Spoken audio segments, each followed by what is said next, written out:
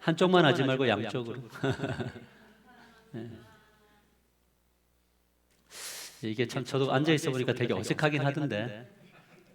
네, 그래도 우리가 이런 훈련을 계속 해야죠, 그죠? 우리가 이제 지금 큰 주제, 우리 사랑이라는 주제를 가지고 우리가 이제 말씀을 나누고 있습니다. 우리가 지난주에 배운 내용 중에, 지난주가 아니죠. 지난주에 제가 없을 때 우리 박유수 목사님 설교를 통해서 은혜를 많이 받았다는 이야기를 듣고 참 감사했습니다. 저도 차를 타고 가면서 들었거든요. 그래서 결심을 했어요. 자주 비워도 되겠구나. 그 생각을 하고 우리 목사님을 통해서 또 주시는 그 많은 은혜들이 앞으로도 계속 있기를 소망합니다. 이 시간에 보면은 우리가 지난번에 우리 사랑이 나올 때 구속적 사랑 기억나세요? 사랑이 세 가지가 있었다 그랬는데 구속적 사랑 이것만 기억하십시다. 이거를 우리가 헬라로 아가페적 사랑 이렇게 이야기해서 잘 보이시나요?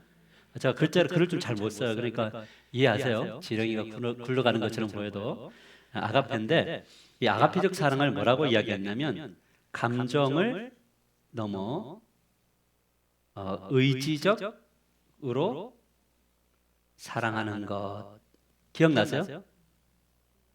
무슨 지금 2주 전 거를 기억하냐 이렇게 하지만 그래도 기억난다고 해주셔야 되죠.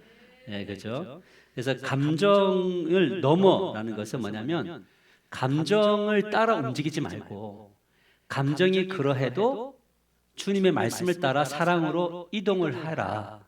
이것이 아가페적 사랑이다. 그래서 의지의 훈련이 요구되어진다라는 거예요. 그러니까 신앙은 많은 부분 이 의지적으로 가야 되는 영역들이 있더라고요. 근데 이제 의지적으로 가다 보면 우리가 느끼는 감정이 뭐냐면 가식적, 그 다음에 위선적이라는 어떤 덫에 걸리게 돼요.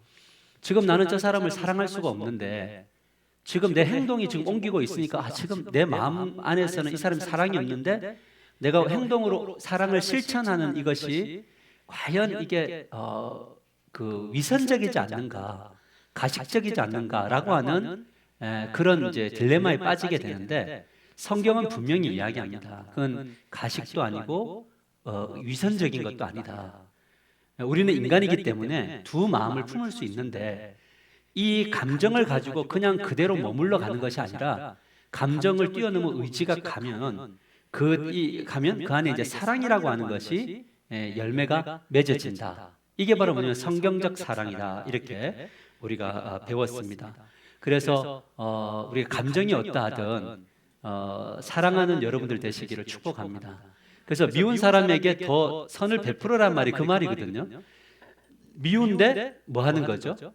커피 하나를 갖다가 더 이렇게 얹어주는 거죠. 근데 이거를 못 받으면 이 복이 여러분에게 다 돌아오게 될 줄 믿으시길 바랍니다. 그래서 저주도 부메랑이 되어서 돌아오기도 하지만 축복도 부메랑이 되어서 우리에게 돌아온다라는 걸 꼭 기억하고 그렇게 삶을 살면 좋겠습니다. 우리 옆 사람과 또 이렇게 합시다. 감정이 어떠하든 당신을 사랑하겠습니다.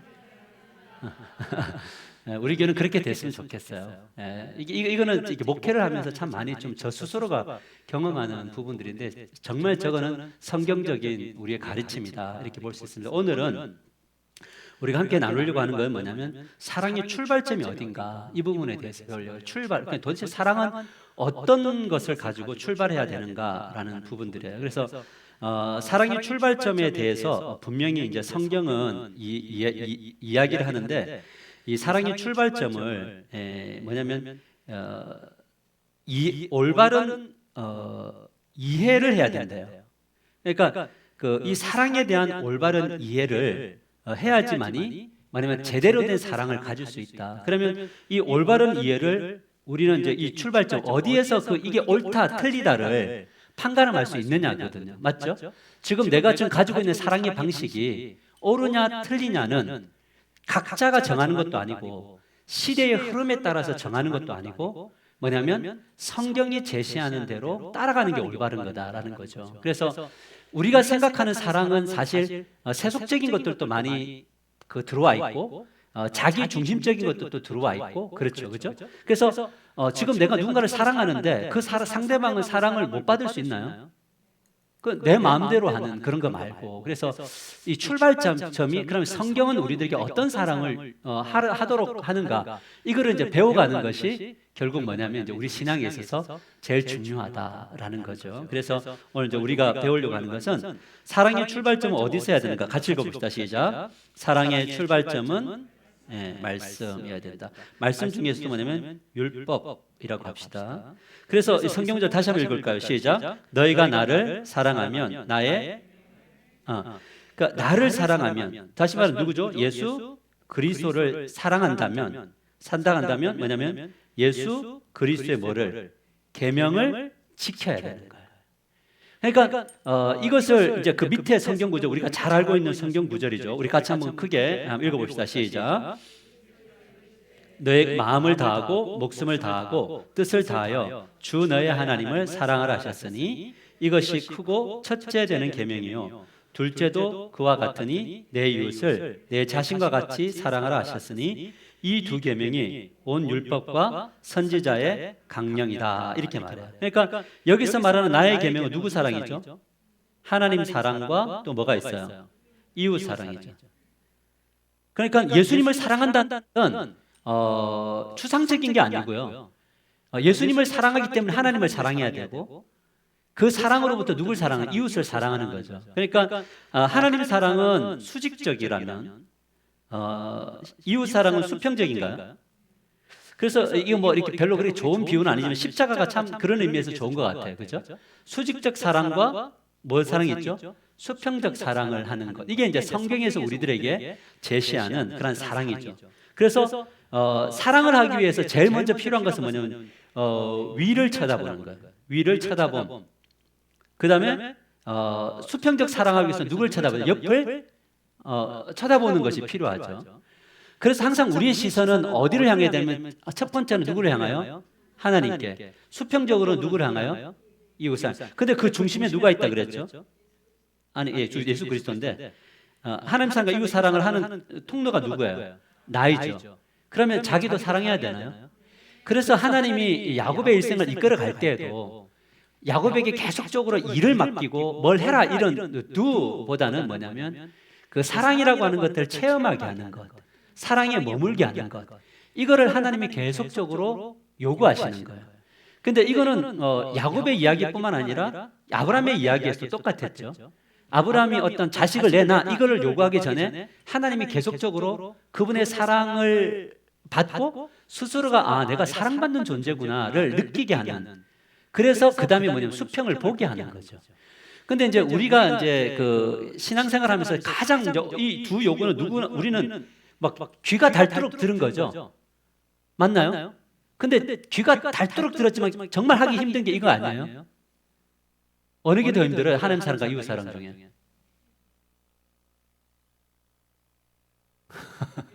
몇 대 몇? 5대 5면 진짜 대단한 분이세요. 하나님 사랑은 그나마 우리는 좀 하고 있죠. 그죠? 예배도 드리고 헌신도 하고 수고도 하는데 이 이웃 사랑이 진짜 어려운 거예요. 근데 이웃이 뭐냐면 이웃의 정의가 지난번에 이야기했죠. 내가 가장 싫어하는 사람도 이웃인가요? 그죠? 거기까지 사마리안까지 범주로 들어가야 되는 거잖아요. 근데 그 중심에 누가 있냐면 자기가 있어요. 그러니까 나라는 자가 하나님으로부터 받은 것을 사람에게 실천해야 되는데 나라는 존재가 하나님께 사랑받았다고 하는 것이 없으니까 이 사람을 사랑하기가 되게 어려운 거예요. 그래서 사랑받은 만큼 뭐냐면 사랑을 줄 수 있다. 그래서 하나님은 여러분들에게 항상 내가 너 편이다 이거를 끊임없이 말해주시는 거예요. 아멘? 오늘 낮에 설교 들으시면서 하나님 내 편, 아싸 이런 거 힘이 났어요? 아니면은 정말 그런가 이런 의문이 났어요? 아싸 힘이 났어요? 할렐루야. 계속적으로 힘을 가지고 살아가기를 축복합니다. 하나님 사랑이 부어져서 가는 거죠. 그래서 이것이 바로 뭐냐면 신앙의 출발점이에요. 이해되시죠? 그리고 이것이 우리의 신앙의 목표이기도 해요. 신앙의 출발점이면서 과정이면서 목표다. 그래서 결국 신앙이란 뭐냐라고 할 때 하나님 사랑하는 거고 사랑받는 거. 아멘입니까? 그러니까 우리는 하나님을 사랑하기만 몸부림쳐야 돼요? 사랑받기 위해서 몸부림쳐야 돼요? 뭘부터 해야 돼요? 그러면 사랑 받는 것부터.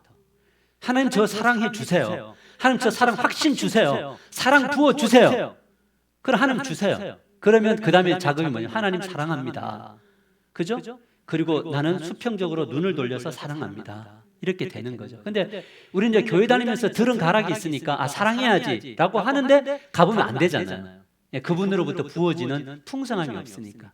그래서 여러분의 기도 속에 많은 기도가 사랑 안에 머물게 해주십시오 라고 하는 그 기도가 있고 체험되어지기를 축복합니다. 그러면 수평적인 게 자연스럽게 보여요. 할렐루야. 옛날에는 기도하는 것이 나만을 위해서 기도하다가 나중에는 내가 사랑받은 게 경험되니까 옆 사람이 보여요. 그래서 옆 사람이 보이기 시작하면 사람들이 많아져요. 그 이제 사랑이 확대되어져요. 이게 이제 주님이 우리에게 주시는 사랑의 출발점이다. 그런 거죠. 그래서 말씀이 우리들에게 이제 알려주는 게 무엇이냐면, 그럼 말씀이 안에 들어가서 우리에게 알려주는 게 뭐냐? 같이 읽읍시다. 시작.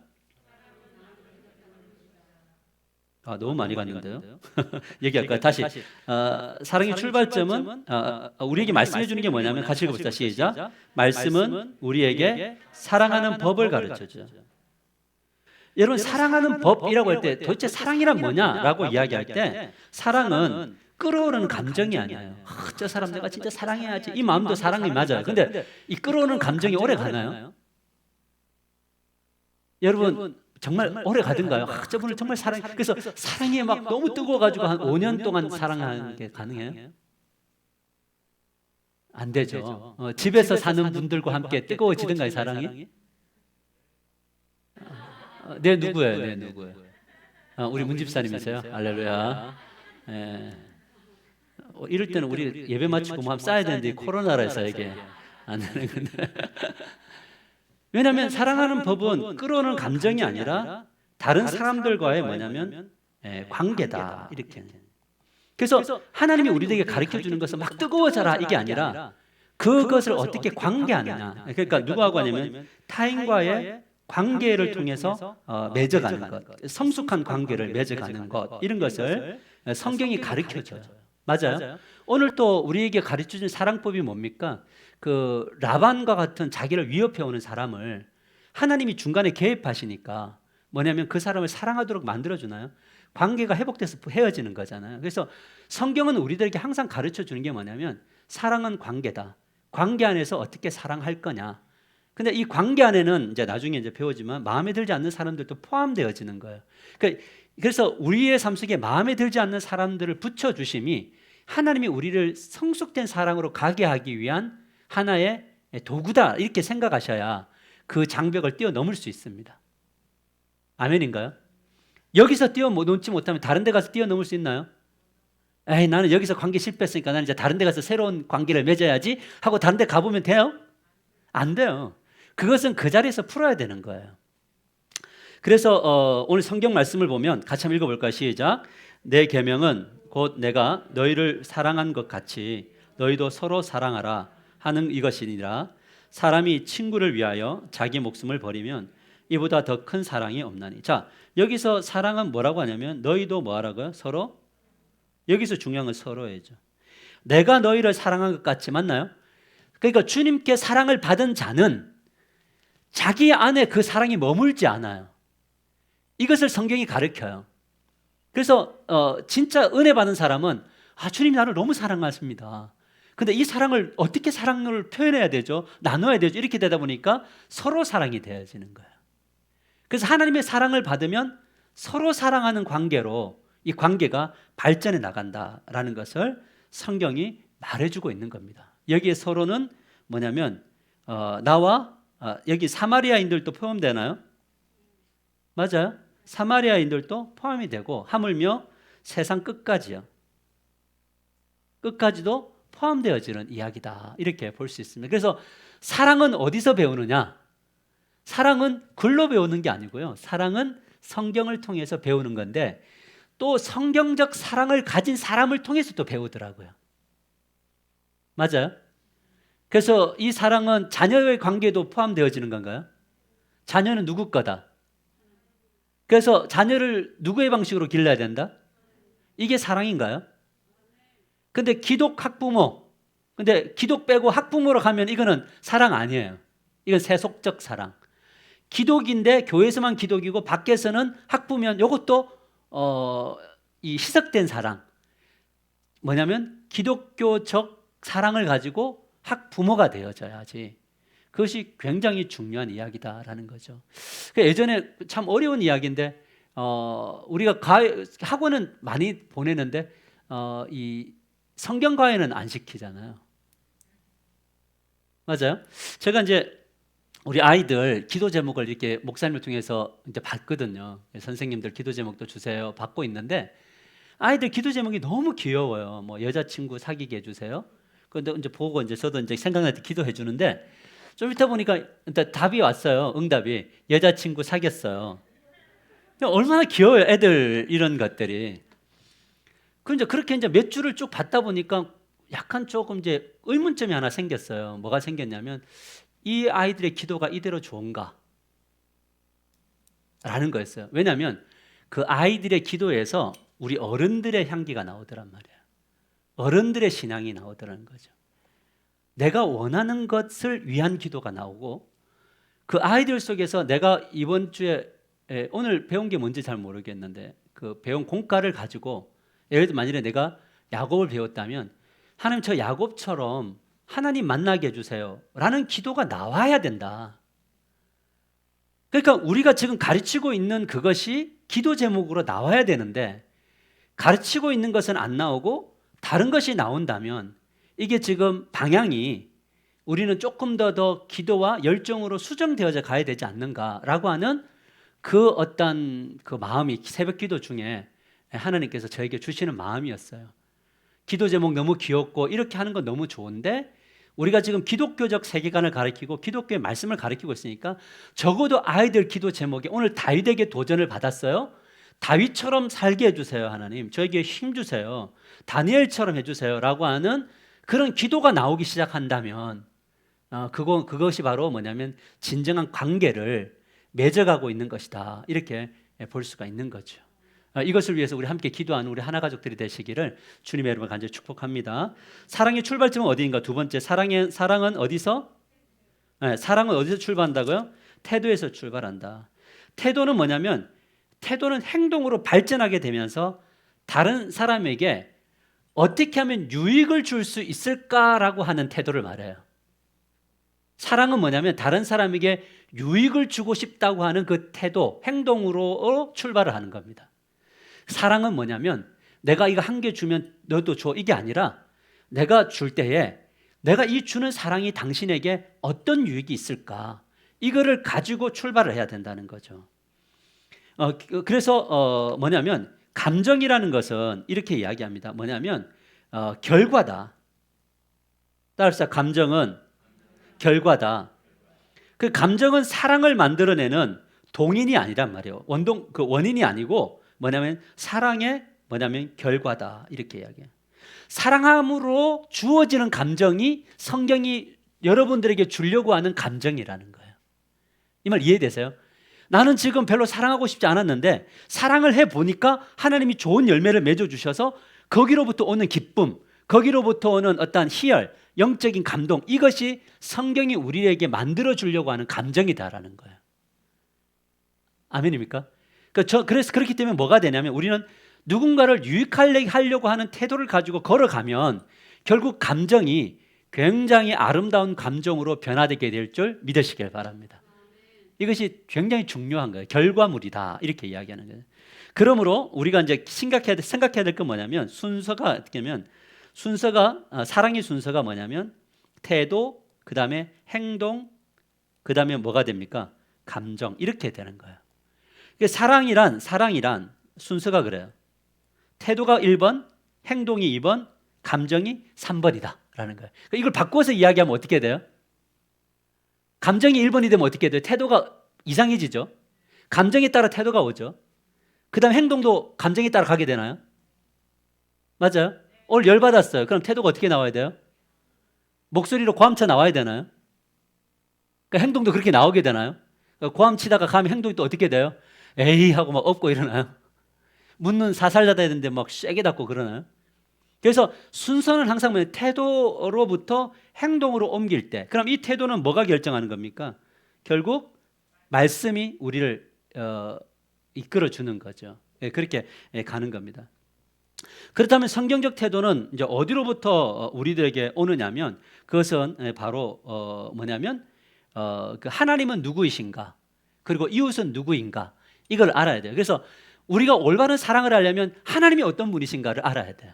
그래서 제가 여러분에게 설교를 할 때마다 항상 여러분이 깨닫는지 모르겠지만 하나님은 어떤 분이십니까? 항상 설교 속에 이 선언이 나오나요? 이 질문이 나오나요? 하나님은 어떤 분이십니까? 왜요? 저의 설교의 특징 중에 하나가 뭐냐면 성경 구절을 같이 읽는 게 많아요. 그 이유는 뭐냐면 제가 예쁘게 다듬은 말보다 성경 그 자체가 주는 임팩트가 더 강하다고 저는 믿기 때문에 그래요. 왜냐하면 그것이 하나님의 말씀이니까. 그래서 하나님은 어떤 분이십니까를 알면 하나님이 여러분들의 편이라는 걸 배웠나요? 그럼 처음에는 이제 내 편만이라고 생각을 했는데 저 사람보다는 나를 더 사랑한다고 생각했는데 나중에 보니까 저 사람도 사랑하고 나도 사랑하나요? 우리가 사랑이 되나요? 그러니까 이런 하나님으로부터 알고 이웃에 대한 이해, 인간에 대한 이해를 해나가요. 그래서 우리 교회가 앞으로 힘을 써야 될 게 뭐냐면 인간에 대한 이해도 충분히 좀 시켜줘야 될 것 같아요. 그러니까 여러분 아브라함의 이야기와 야곱의 이야기를 통해 인간의 인간됨을 좀 이해하시나요? 그러니까 인간이 그렇게 기대할 만해요? 기대할 만하지 않아요? 라반과 야곱의 차이가 뭡니까? 없잖아요. 그 옆 사람 한번 봐보세요. 그 사람과 나와의 차이가 뭐예요? 한번 봐보세요. 보기 싫어요? 좀 더 나아요? 그건 하나님을 알면 우리의 출발점이 여기로부터 출발되는구나 알게 되고, 그렇게 알게 될 때 뭐냐면 인간에 대한 이해를 하게 되는 거다. 그래서 믿음의 조상들은 왜 이렇게 자꾸 이렇게 넘어짐과 어려운 환경으로 갔을까라고 하는 이유는 그곳에서 인간을 배운 거예요. 인간을. 그러니까 인간을 배워야지 뭐냐면 인간을 이해하게 되고 실망도 엄청나게 하는 거예요. 요셉 한번 보세요. 아니 그렇게 열심히 하고 고발당하나요? 그 다음에 감옥에 들어가서 그 선한 일을 하고도 감옥에 또 갇히나요? 아니 하나님 말씀 선포하고 형들에게 팔리나요? 여기서 요셉은 인간에 대한 이해를 하게 되는데 그 인간의 이해 속에서 하나님을 만나니까 이 모든 거 해석이 되나요? 그래서 요셉이 하는 이유가 한 말이 뭡니까? 형들이요 두려워하지 마소서, 하나님이 이때를 위해서 형들보다 나를 먼저 보내셨습니다. 그러면서 서로 어긋맞기고 우나요? 용서의 현장이 일어나나요?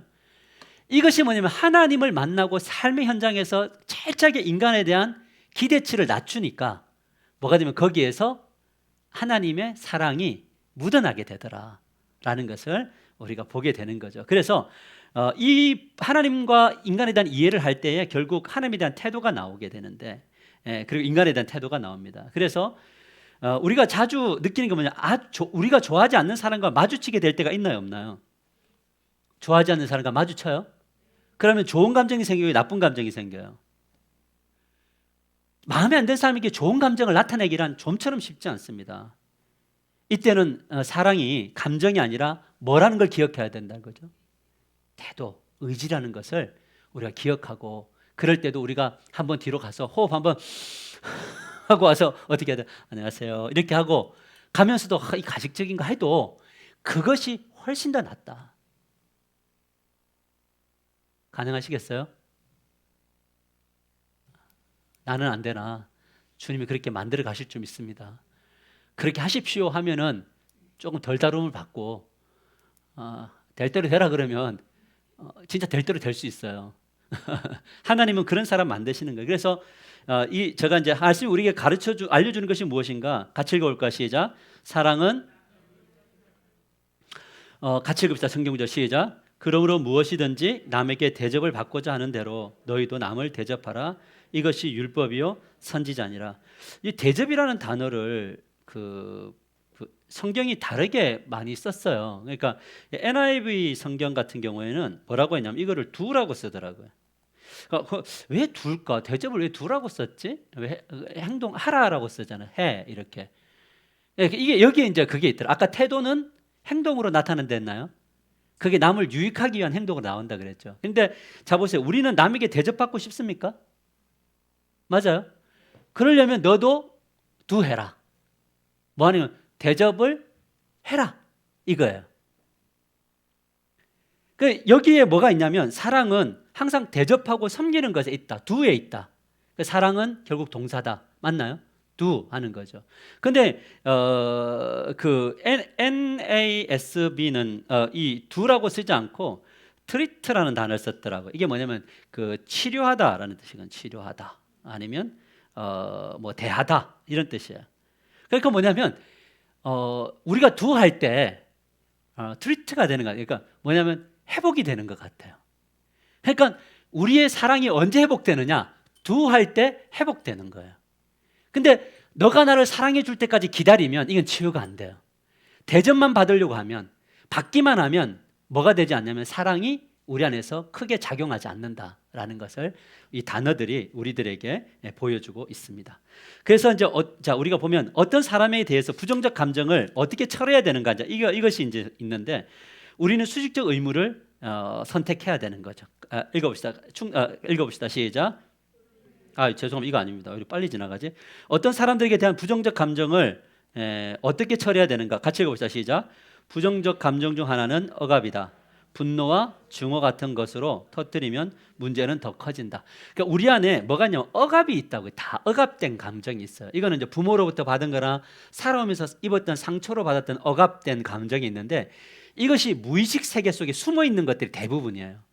그래서 어떤 영역에서는 아무리 건드려도 화가 안 나는데 어떤 영역에서는 어느 하나를 딱 건드리면 이 억압된 감정이 폭발을 하게 되는 거죠.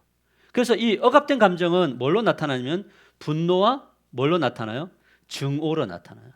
그래서 분노의 마음이 안에서 막 이렇게 부풀어 오르는 거예요. 왜냐하면 괜찮은 척 하려고 하니까. 나 이거 괜찮은 사람이야. 나 화 안 낼 거야. 나 화 절대 안 내. 나 지금까지 지켜온 자존심이 있어. 나 절대 화 안 낼 거야. 막 이렇게 하다가 어느 날 이것이 딱 건드려 풍선처럼 빵 터지면은 그때부터는 대형 사고가 나는 거죠.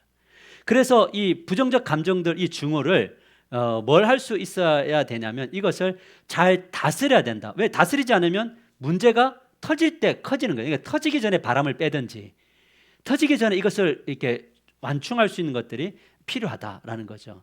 그러면 이것을 어떻게 해야지 이 억압된 감정을 풀 수 있느냐를 뭐라고 하면 성경적 방법은 같이 읽읍시다. 시작. 하나님께 고백하고 필요하다면 상대방에게 고백해야 된다. 자, 순서가 어디로부터 우리의 감정을 표현해야 되는 거죠? 그래서 시편을 보면 제가 자주 이야기하지만 시편을 나중에 다윗 이야기 나올 때 다윗이 광야에게서 뭐 쫓겨날 때 뭐 이런 때 썼던 시편을 한번 보시면 이 안에 있는 이 그 억압을요 진짜 터뜨려요. 막 터뜨려요. 완전 정난하게 직선적으로 뭐 제가 잘 표현해 이를 뭐하고 꺾으시고, 그러니까 여러분 생리를 꺾어달래요. 하나님이 만져가지고 나쁜 놈들 생리를 이렇게 꺾으시고. 그러니까 만일에 지금 여러분이 저를 미워하는데 목사님 기도할 때 여기에서 아무도 없을 때 문 잠궈놓고 목사님 하나님 이를 하성 목사님 이를 좀 꺾어주시고 뭐 이런 거 하고 있는 거예요. 또 이제 은혜 받고 또 이 기도하는 사람을 제가 볼 거예요. 뭐 그렇지 않을 거라고 믿지만 뭐 다리를 붙들어 놓으시고 막 이런 이야기를 하는 거죠. 예전에 그 곽선희 목사님이라고 소망교회 은퇴하신 목사님인데 볼링이 200이에요. 에버리지가. 목사님이 얼마나 볼링을 잘 쳤겠어요. 왜 잘 쳤냐면 볼링 공을 당회원으로 생각을 했대요. 그래서 마지막 하나가 딱 남으면 저 하나는 나를 진짜 괴롭히는 장로님으로 생각을 하고 딱 보고 하면 정확하게 맞는데요. 이게 뭐냐면 그분이 그분의 감정을 이게 안에서 풍선처럼 부풀리지 않고 터트리는 거. 그래서 우리가 하나님 앞에 터트리는 게 제일 좋지만 두 번째는 뭐냐면 다른 데에 가서 뭔가 해소할 수 있는 일이 있었으면 좋겠어요. 혹시 여러분들 뭐 이렇게 마사지를 받을 때 이렇게 피부 이렇게 그걸 받으면서 아니면 내일 가서 이렇게 다리 딱 하고 이렇게 앉아 있을 때 억압된 감정이 풀리면 하셔도 돼요. 할렐루야.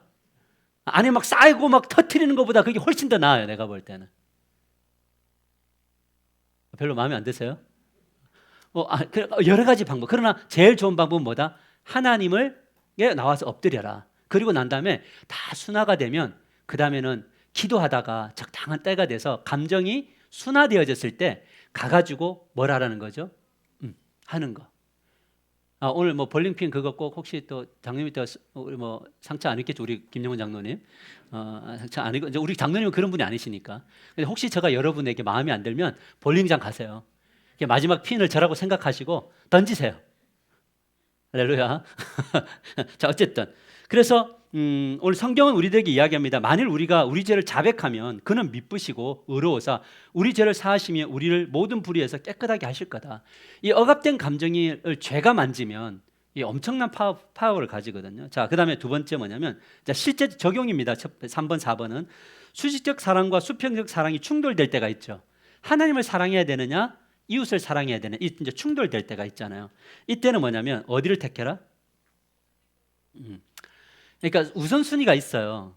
그러니까 부모님이 신앙에 반대를 할 때, 그러면 부모님 사랑을 해야 되죠. 그것도 성경적인 건가요? 이웃 사랑, 하나님 사랑도 해야 되나요? 이 둘 사이에서 누구를 택해야 됩니까? 누굴 택해야 돼요? 하나님 택하셔야 돼요. 그럼 하나님을 택하고 부모님은 마음 아프게 해야 되나요? 부모님도 잘 섬겨야죠. 맞죠? 어떤 선택의 기로에 있을 때, 하나님 사랑과 이웃 사랑의 선택의 기로에 있을 때 하나님 사랑을 선택하시는 여러분이 되시기를 축복합니다. 그런데 이 하나님 사랑을 선택하고 이 이웃 사랑을 무시하는 것이 아니라 더 사랑하는 겁니다. 거기에 박해가 있기도 하고 핍박이 있지만 이겨내야 됩니다. 그리고 신앙을 선택해야 됩니다. 그러면 하나님이 놀라운 역사를 이루실 줄 믿습니다. 그래서 성경이 뭐라고 했냐면, 무릇 내게 오는 자가 자기 부모와 처와 형제와 자매와 더욱이 자기 목숨까지 미워하지 아니하면 능히 내 제자가 되지 못하고, 이렇게 이야기해요. 이것은 뭐냐면 다 버리라 이 말이 아니라 선택의 우선순위에서 하나님을 선택하고 그 다음에 누구를 선택하라?